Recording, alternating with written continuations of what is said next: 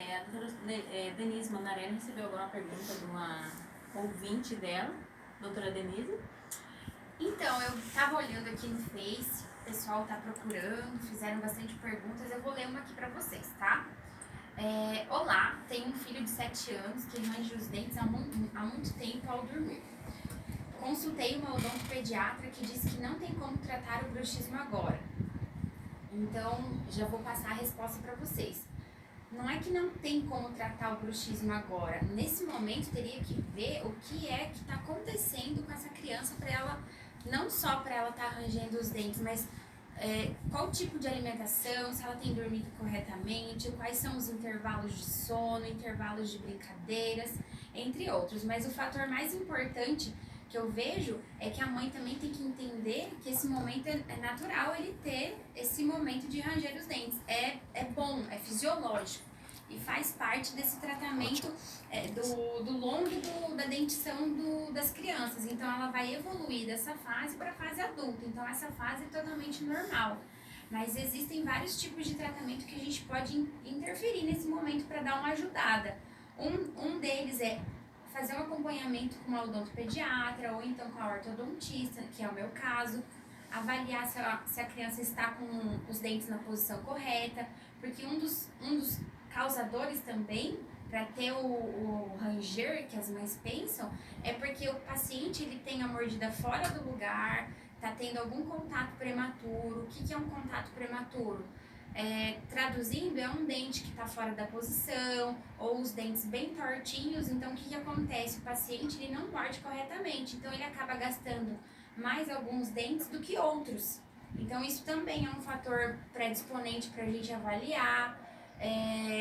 Muito importante também ver se a criança está tomando muito Gatorade, esses isotônicos, deixa a criança muito acelerada, muito elétrica, que horas ele tem que dormir, se ele tem dormido necessário. Muito tempo na frente do computador, celular hoje em dia, que é o principal, né?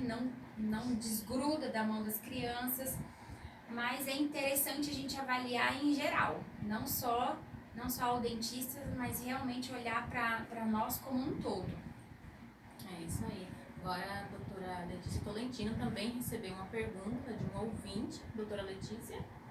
Então, quem mandou a pergunta aqui é a nossa ouvinte, paciente Aline, que ela perguntou se é verdade que quando tem o correto tratamento do bruxismo, pode afinar o rosto.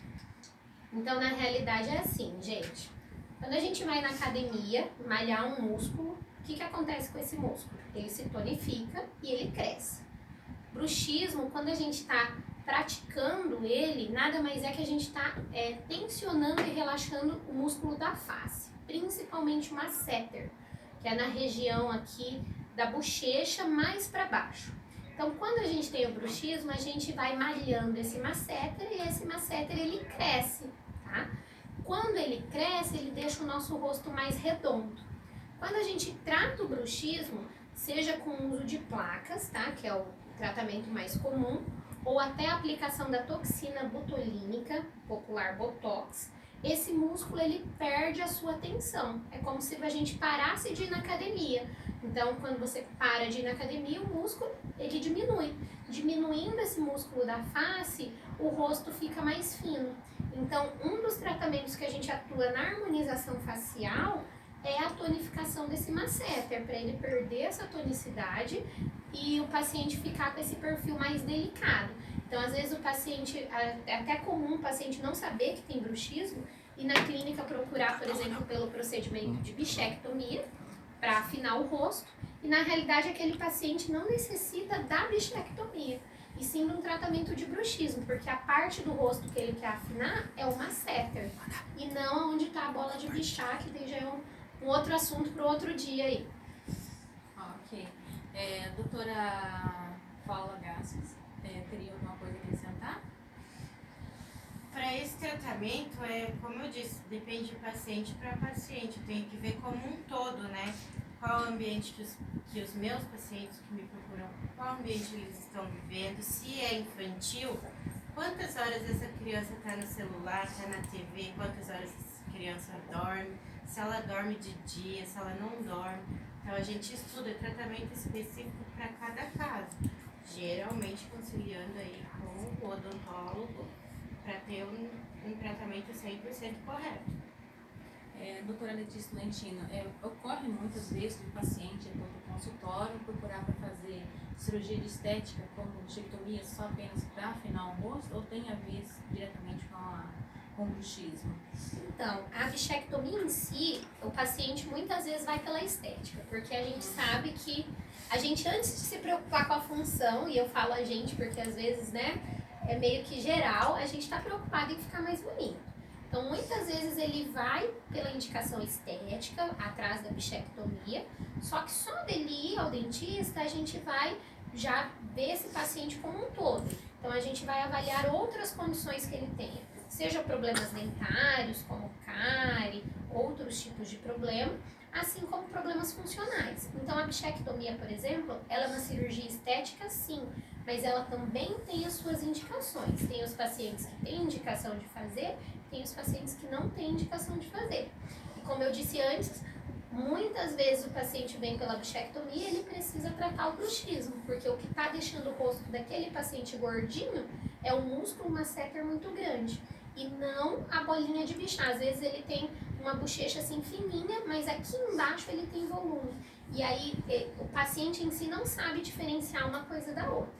E ainda aproveitando a deixa da doutora Paula, falando sobre o tratamento do bruxismo, a maioria das pessoas acha que vai no dentista, assim, 90% dos pacientes, meu dente está gastando, então eu tenho que ir no dentista porque eu devo estar com esse negócio aí de bruxismo.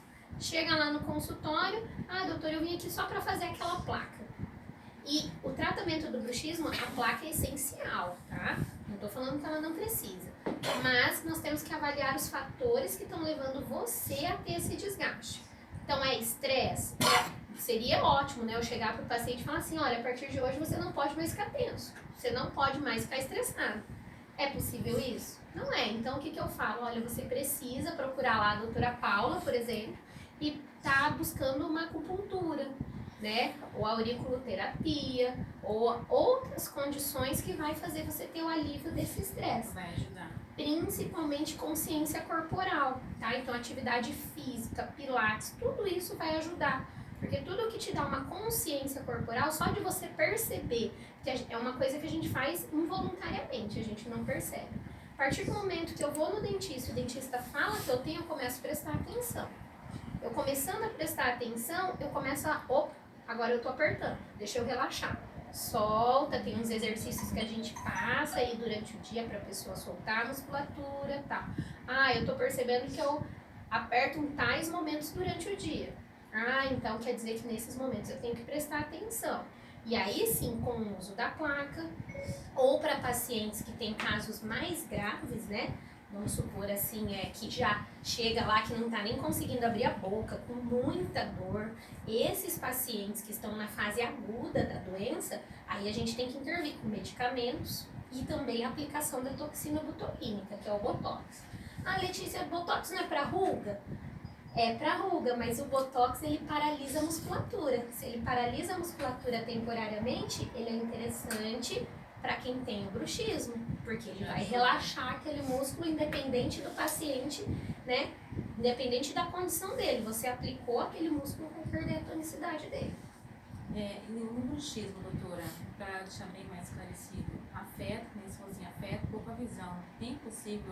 É possível esse paciente perder um pouco da audição dela com isso? Então, na realidade, tem pela articulação temporomandibular ser muito próxima ali ao ouvido, as estruturas do ouvido, é possível ter um pouco de perda de audição ou até ruídos, pelo desenvolvimento de disfunções da ATM, dessa articulação que a gente tem ali próximo ao ouvido.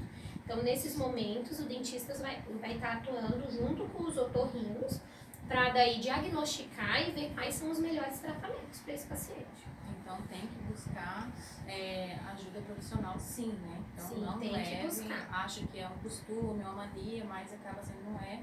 Tem que buscar essa ajuda, sim, né? O bruxismo é sério. São problemas assim de, às vezes, depois do tratamento ser só cirúrgico lá na frente. A cirurgia da articulação é bem complicada. É associada com tratamento ortodôntico, toda cirurgia de parte de articulação é uma cirurgia delicada. Então, tudo que a gente puder fazer para evitar essa cirurgia, se a gente atuando no início do problema, é muito melhor.